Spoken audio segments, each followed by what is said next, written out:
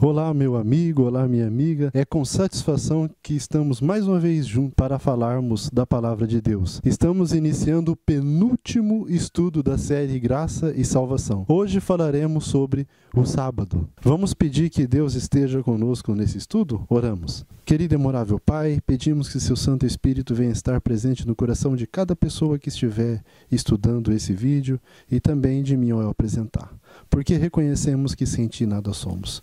Pedimos que o seu Santo Espírito abra corações para que possamos juntos crescer em espírito e em verdade.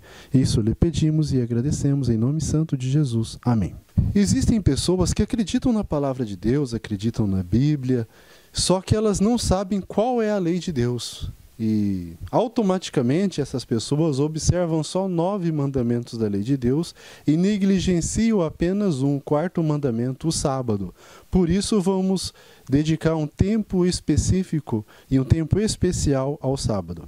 Contrapartida, existe outro grupo de pessoas que entende que Deus não aboliu a sua lei, que sabe qual é a lei de Deus, os 10 mandamentos, só que essas pessoas se apegam àquelas repreensões que Jesus deu aos fanáticos, aos legalistas, aos fariseus. E aí ela leva o sábado com leviandade. Iremos, no decorrer desse estudo, tratar com esses 2 tipos de assuntos principais. No estudo anterior, vemos que a graça de Deus não anula a lei. Muito pelo contrário, ela nos dá poder, nos capacita a obedecer à lei de Deus. Agora, qual é a lei de Deus? Me acompanhe em Eclesiastes 12:13. Tudo o que já foi ouvido é: teme a Deus e guarda os seus mandamentos, porque isso é dever de todo homem. O que é dever de todo homem? Guardar os mandamentos de Deus. É dever só do povo de Israel? Não. É dever de todo homem. Se você ama a Deus, guarde os seus mandamentos. Esse é dever de todo homem. Na Bíblia existem vários tipos de leis, e uma delas é as leis cerimoniais. Cerimoniais já vem da palavra cerimônia, se faz uma cerimônia. Essa cerimônia não é sem sentido. Todas as cerimônias têm um sentido. Quais eram as leis cerimoniais? O ritual ali do santuário, a Páscoa, matar um carneiro. E essas leis cerimoniais tinham um sentido, uma promessa, e significava a primeira vinda de Cristo. Cristo cumpriu essa promessa, hoje não precisamos mais matar carneiro. Já foi cumprido a promessa. Hoje existem leis cerimoniais? Existem. O batismo, a Santa Ceia, são cerimônias, são leis cerimoniais da nossa atualidade. Existem na palavra de Deus também leis de saúde. Essas leis de saúde também não foram abolidas, muito pelo contrário, essas leis de saúde foram ampliadas. Um exemplo disso no livro de Daniel. O livro de Daniel, ele é um livro profético. Ele não estava falando para aquela época, tanto é que no final do livro Deus pediu para selar. O livro de Daniel é um livro para a nossa época. Lá no livro de Daniel tem uma história de que Daniel foi vegetariano numa época ali do seu tempo. Daniel nem era vegetariano, só foi vegetariano naquele período. As histórias do livro de Daniel não têm um significado apenas para crianças dormir, de uma mãe ali contar para a criancinha dormir. Não, as histórias de Daniel têm significado, têm lições práticas para a nossa vida hoje. Hoje é mais adequado uma pessoa ser vegetariano. As leis de saúde foram ampliadas. Devemos observar as leis de saúde no Antigo Testamento, as leis de saúde do Novo Testamento e ainda outras para a nossa época. Hoje existem mais doenças, hoje o cuidado tem que ser maior com a saúde do que nos tempos passados. As pessoas também se confundem muito. O jejum é mais adequado para pessoas carnívoras. Para pessoa vegetariana, o jejum é outro. Ellen White, ela comenta sobre o jejum. Nós devemos comer aquilo que é permitido para a nossa época, aquilo que é adequado para a nossa época, sermos o quê? Vegetarianos. Só que ser vegetariano não basta. Devemos comer o quê? Em proporção adequada. Devemos ser temperantes. Esse é o verdadeiro jejum. Comer o que é correto, na forma correta e na quantidade correta. Um estilo de vida ali completo. Esse é o verdadeiro jejum que agrada a Deus. Infelizmente, Satanás tenta enganar as pessoas e mostrar um Deus diferente do que ele é. Tenta denegrir a imagem de Deus. E o que a maioria das pessoas evangélicas elas acreditam? Elas acreditam que Deus ele se fica feliz quando a pessoa está passando fome. Exemplo, olha, tem uma dificuldade, a gente tem que fazer jejum, porque senão Deus não vai ouvir a gente. Como se fazer uma greve de fome, né? Igual um governador uma vez fez no estado aí no passado, uma greve de fome para a pessoa ouvir. E Deus vai lá no céu olhando e fala, agora você está passando fome, né? Tá vendo que é bom, agora eu vou te ouvir. Não tem nada a ver com isso. Na verdade, quais são os animais, quem conhece os animais, que mais jejuam? Os animais carnívoros, eles não comem todos os dias. Os animais vegetarianos, eles quase não jejuam. Você não vê uma vaca jejuando. E você vê um cachorro jejuando, um gato jejuando. Então, o jejum adequado para o vegetariano é um estilo de vida saudável. Agora, uma pessoa carnívora, naquela época de Cristo, era muito adequado você fazer jejum. Rotina fazer jejum, que fazia bem para o estômago da pessoa. Não para impressionar Deus com o jejum, mas para a própria saúde do indivíduo.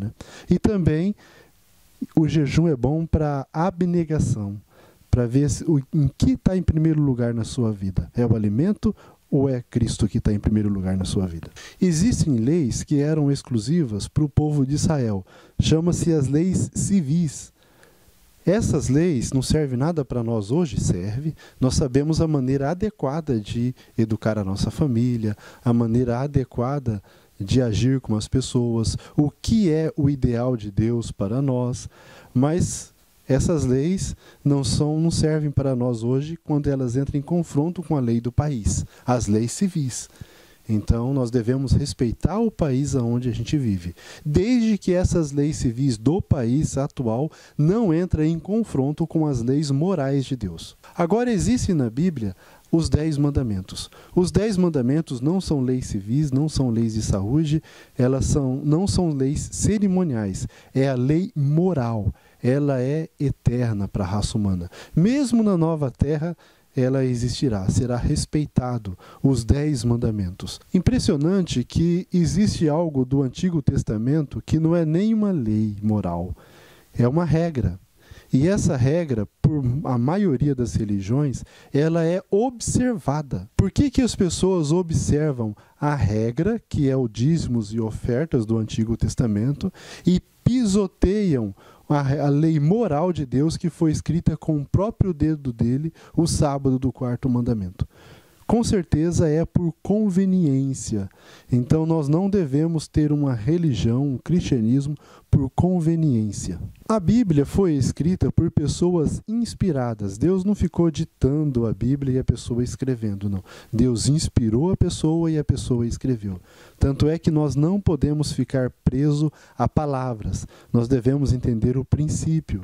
Tanto é que também nós não devemos ficar presos a um contexto apenas. Devemos estudar todos os contextos sobre aquele assunto para ter uma visão ampla. Porque um autor ele pode ter escrito um versículo e usado palavras que ficou ali preso àquela situação.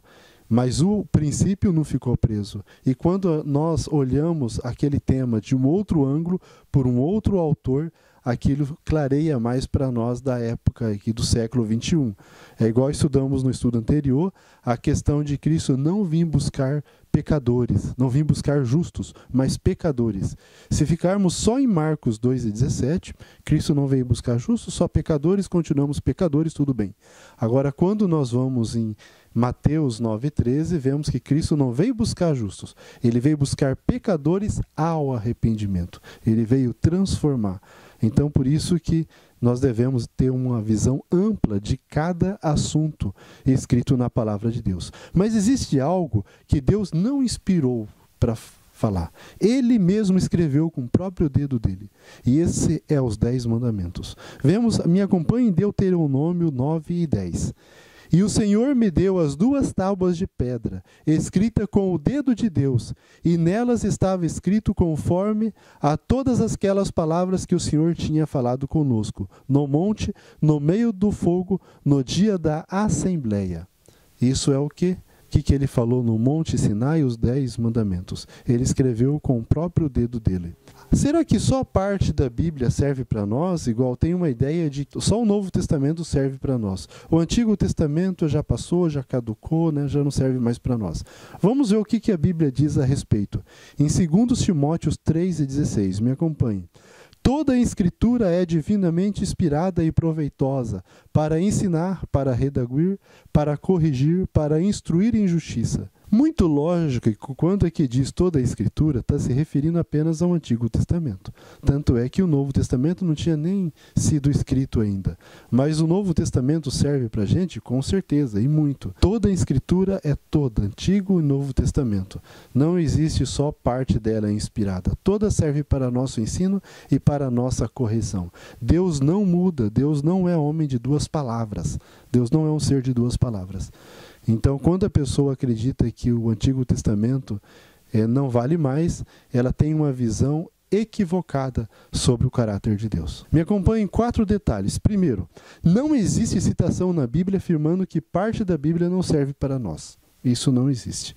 Segundo, a lei de Deus é eterna, ela não muda. Terceiro, seus mandamentos foram escritos pelo seu próprio dedo. Então, os mandamentos de Deus, quem estuda a Bíblia é fácil identificar, é o que foi escrito pelo seu próprio dedo, é os mandamentos de Deus. Não é de Moisés, não é de ninguém, é de Deus. Quarto, quem ama a Deus, observa, guarda os seus mandamentos. Então, quem não guarda os mandamentos, não observa os mandamentos, ou não conhece ou não ama a Deus. Existem pessoas que acreditam que os mandamentos de Deus foi dado só ao povo Israel, como se Deus fosse um Deus parcial, escolheu um povo para beneficiar e pronto, acabou o resto, cada um com seus problemas que se virem. Não, não foi esse o objetivo.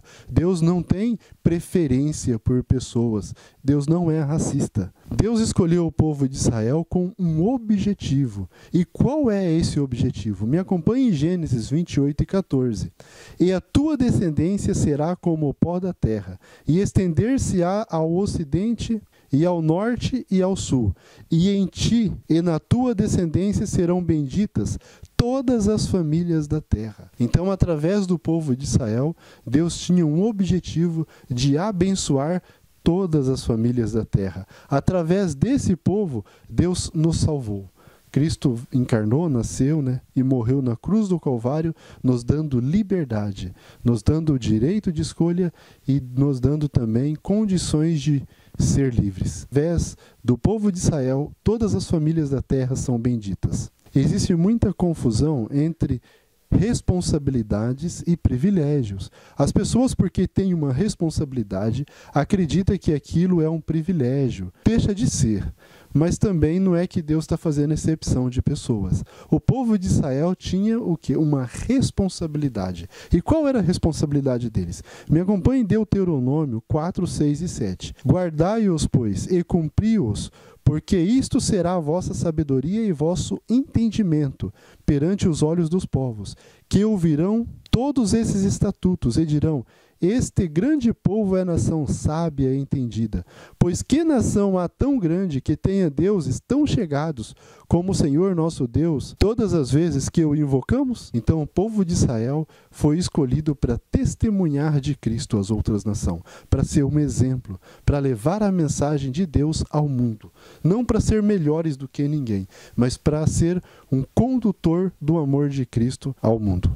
Falando do sábado, uma pessoa guardar o sábado, imagina, de hoje em diante eu decido guardar o sábado. Será que é possível uma pessoa observar o sábado sem o poder de Deus? Para uma pessoa observar o sábado adequadamente, ela precisa do quê? De ser santificada. O mandamento não é: lembra-te do dia do sábado para parar de trabalhar. Não está escrito isso.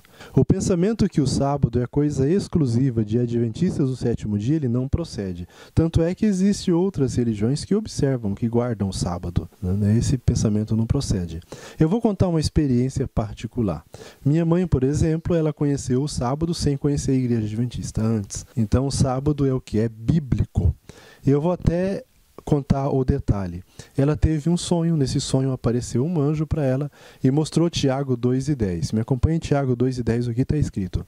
Porque qualquer que guardar toda a lei e tropeçar em um só ponto se tornou o culpado de todos. Ela orou, pediu a Deus que mostrasse que ponto que faltava para ela, já que Deus estava mostrando isso. Ela com as irmãs dela, as minhas tias, resolveram estudar a Bíblia completa, de Gênesis a Apocalipse. E em Isaías, ela se deparou com... Me acompanha em Isaías 66, 22 e 23. Porque como os novos céus e a nova terra que hei de fazer estarão diante de minha face, assim diz o Senhor. Assim também há de estar vossa posteridade ou vosso nome. E será que desde uma lua nova até a outra, e desde um sábado até a outro, virá toda a carne a adorar perante mim, diz o Senhor. Note que a palavra de Deus é clara, diz a nova terra restaurada. E essa passagem foi escrita depois que o povo de Israel tinha conquistado Canaã. Então não tem a menor lógica falar que isso se referia ao povo de Israel que entraria na terra de Canaã, porque isso aqui já tinha passado, vamos colocar aí, mais de 100 anos que o povo de Israel já estava na terra de Canaã, mais de 200 anos. A nova terra e o novo céu. Aí minha mãe, ela pensou, já que o sábado ele vai servir para o futuro, na nova terra e no novo céu, já que o sábado serviu antes da morte de Cristo, por que só agora não? Será que o sábado é um dia de guarda? E ela pediu uma confirmação e Deus confirmou para ela que o sábado era dia de guarda. Ela plantava ali, trabalhava no sítio, plantava feijões, e ela plantou sexta, sábado e domingo. Mesma semente, mesma terra. E ela marcou o que plantou na sexta, marcou o que plantou no sábado e marcou o que plantou no domingo. E ela pediu que se o sábado fosse dia de guarda, não era para nascer um pé de feijão no sábado. O que plantou na sexta nasceu estreladinho, nasceu tudo certinho, perfeito. A partir da última cova que plantou na sexta nasceu, a primeira que plantou no sábado não nasceu. A primeira que plantou no domingo nasceu tranquilo. Só o que plantou no sábado não nasceu, Deus confirmou para ela. E isso há muitos anos atrás. A observância do sábado à raça humana é um presente divino. Nós encontramos isso em Gênesis. O sábado não foi dado ao povo de Israel. Ao povo de Israel foi dado a escrita. Tanto é que o livro de Gênesis quem escreveu foi Moisés. O sábado já existia, as pessoas já observavam. É um presente de Deus. Em Marcos 2:27, me acompanha. E disse-lhes, o sábado foi feito por causa do homem, e não o homem por causa do sábado. Imagina uma pessoa dar um presente e você faz pouco caso desse presente. Você acha que a pessoa vai ficar feliz? Então, quem faz pouco caso do sábado, está fazendo pouco caso de um presente que Deus deu a você. Quem não possui comunhão com Cristo, não observa o sábado. Porque para observar o sábado, precisa de comunhão constante com Cristo. O sábado não é um dia, lembra-te do dia do sábado para parar de trabalhar. Não é assim que está nos 10 mandamentos. Me acompanhe o que Ellen White diz sobre o sábado, no Desejar Todas as Nações, página 193, terceiro parágrafo. Nenhuma outra das instituições dada aos judeus tendia a distingui-lo tão completamente das nações circunvizinhas como o sábado. Era a intenção do Senhor que sua observância os designasse como adoradores seus. Seria um sinal de sua separação da idolatria. Olha, não é separação, o povo de Israel vai ser separado do mundo. Não, era separação da idolatria. E as pessoas deveriam seguir esse exemplo. Então, primeiro, para observar o sábado, tem que separar-se da idolatria. Se a pessoa tem um ídolo, um time de futebol é um ídolo, sei lá, qualquer coisa mundana, ela parou de trabalhar o sábado e ela não se separou da idolatria. Mas vamos continuar. Mas a fim de santificar o sábado, os homens precisam ser eles próprios santos. Lembra-te do dia do sábado para o quê? Para parar de trabalhar? Não, para santificar. E para santificar, o que acontece? Os homens têm que ser santos, têm que estar separados de toda idolatria. Devem, pela fé, tornar-se participantes da justiça de Cristo. Quando foi dado a Israel o mandamento, lembra-te do dia do sábado para o santificar, o Senhor lhe disse também, e ser-me-eis homens santos. Só assim poderia o sábado distinguir Israel como adoradores de Deus. E justamente isso que acontece. Pessoas não santificadas param de trabalhar ao sábado e adoram o domingo, sem perceber. Tem muita gente enganada. Ela não tem uma comunhão constante com Deus, ela tem uma religião, de repente, ali, interesseira, com segundas intenções, né? Aí ela para de trabalhar aos sábados, mas anda ansiosa para o sábado terminar para fazer os desejos da carne. Aí quando chega o domingo, ela fica feliz, porque ali vai fazer os desejos da carne. Essas pessoas não observam o quarto mandamento, elas param de trabalhar aos sábados. Para Deus isso não vale. Ainda que eu dê o meu corpo para ser queimado, se não tiver amor, nada disso adianta. E uma pessoa que não é santificada, ela se apega geralmente a alguns enganos. Primeiro é a questão do princípio e preceito. Ela fala, nossa, eu tenho que alimentar minha família, então se eu não trabalhar aos sábados, vai entrar em confronto ali o preceito com o princípio do amor. Eu amo a minha família, não posso deixar faltar sustento. Isso, na verdade, não é amor à família. Isso é incredulidade, é falta de confiança no poder de Deus. Então, se a pessoa confia que Deus protege, Deus, o que acontece, protege até as aves, Ele cuidará também de você, Ele cuidará de mim. Então, isso não é confronto com o princípio. Isso é uma desculpa. E muitas pessoas pegam muitos versos em que Deus está repreendendo justamente essas pessoas que observam a lei de Deus, inventam muitas regras, mas observam sem amor, observam sem ser santificadas. E aí ela pega essas passagens, né, que tinham absurdos de que deixar uma pessoa aí passar necessidade, acontecer um acidente, não socorrer aquela pessoa porque é sábado. Imagina um parente, um amigo, ou até um desconhecido, houve um acidente ali. Aí você tem que socorrer aquela pessoa, levar ao hospital, de repente comprar um curativo. Isso entrou em confronto o princípio com o preceito, não vai estar sendo considerado transgressão do sábado isso. Eu deliberadamente escolhi trabalhar no sábado porque não confio na palavra de Deus em me dar o sustento para mim e para minha família, e isso é transgressão do sábado. O que é inferior ao preceito? Uma regra é inferior ao preceito. Mesmo as regras, se a gente desobedece, a gente está se separando de Cristo. Das regras que existem regras de saúde. Uma pessoa que é adventista, ela conhece as regras de saúde. E tem gente que fala que as regras de saúde, isso não é ponto de salvação. Mas o que acontece lá em Provérbios 1, 26 a 31? Aqueles que viram as costas para os meus conselhos, eu rirei deles no dia da vossa perdição. Deus não dá conselho desnecessário. Uma regra, ela tem que ser obedecida. Se nós não obedecemos as regras de saúde que é estabelecida para a nossa época, deliberadamente, fazendo pouco caso dos conselhos divinos, o que acontece? Uma pessoa dessa não vai herdar o reino do céu. Porque o reino do céu é lugar de respeito e de seriedade, não de leviandade. Olha como que Deus tratou Moisés, tinha negligenciado uma regra, a regra da circuncisão. Me acompanhe em Êxodo 4, 24 e 25. E aconteceu no caminho, numa estalagem, que o Senhor o encontrou e o quis matar. Então Zípora tomou uma pedra aguda e circuncidou o prepúcio de seu filho, e lançou-o aos seus pés e disse, certamente me és esposo sanguinário. Moisés estava sendo tardio em circuncidar os seus filhos. O Senhor quis matar. Aí o Senhor deu uma lição, ele estava disciplinando Moisés. Me acompanhe em 2 Samuel 6, 6 e 7. Outra pessoa que desrespeitou uma regra de Deus, olha o que aconteceu com ele.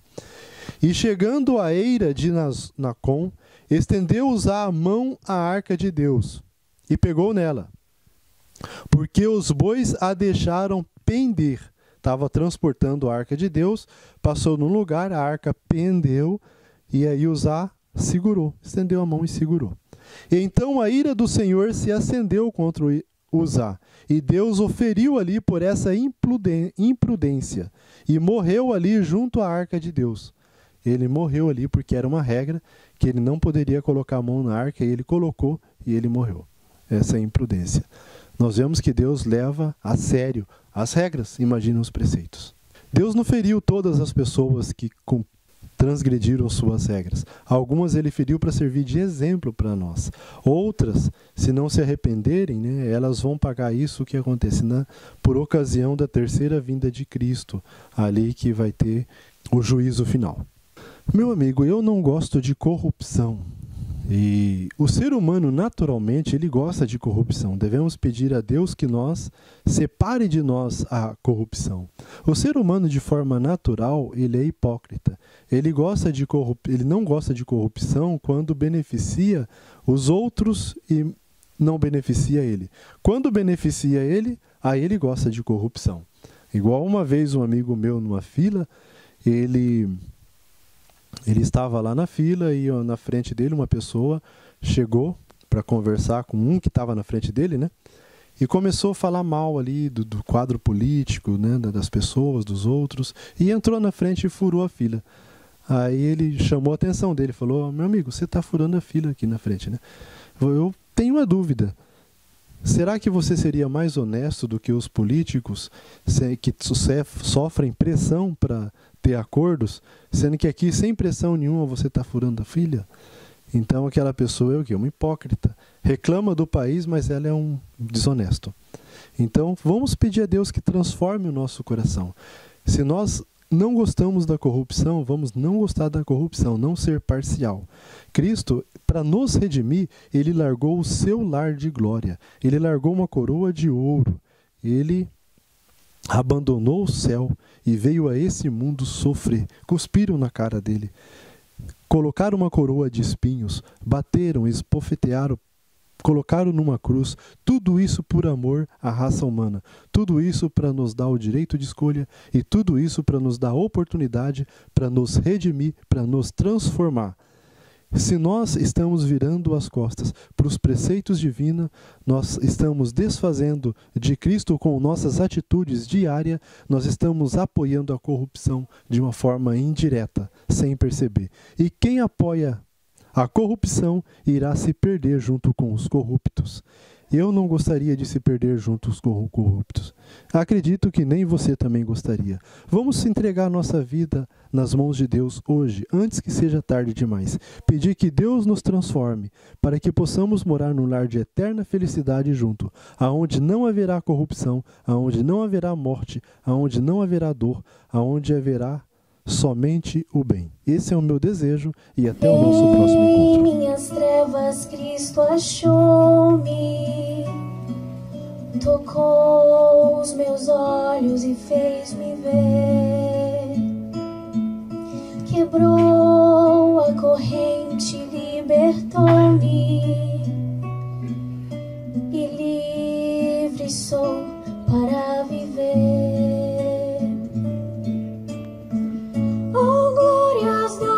Cristo meu Senhor, que veio para salvar um pecador. Em todos os meus dias eu quero louvar, pois seu amor salvou-me, o seu poder mostrou-me, que foi por seu glorioso amor.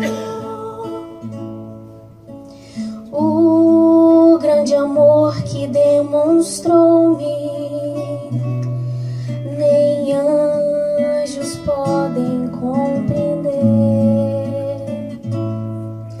Deixou o céu e a sua glória e veio ao mundo pra morrer.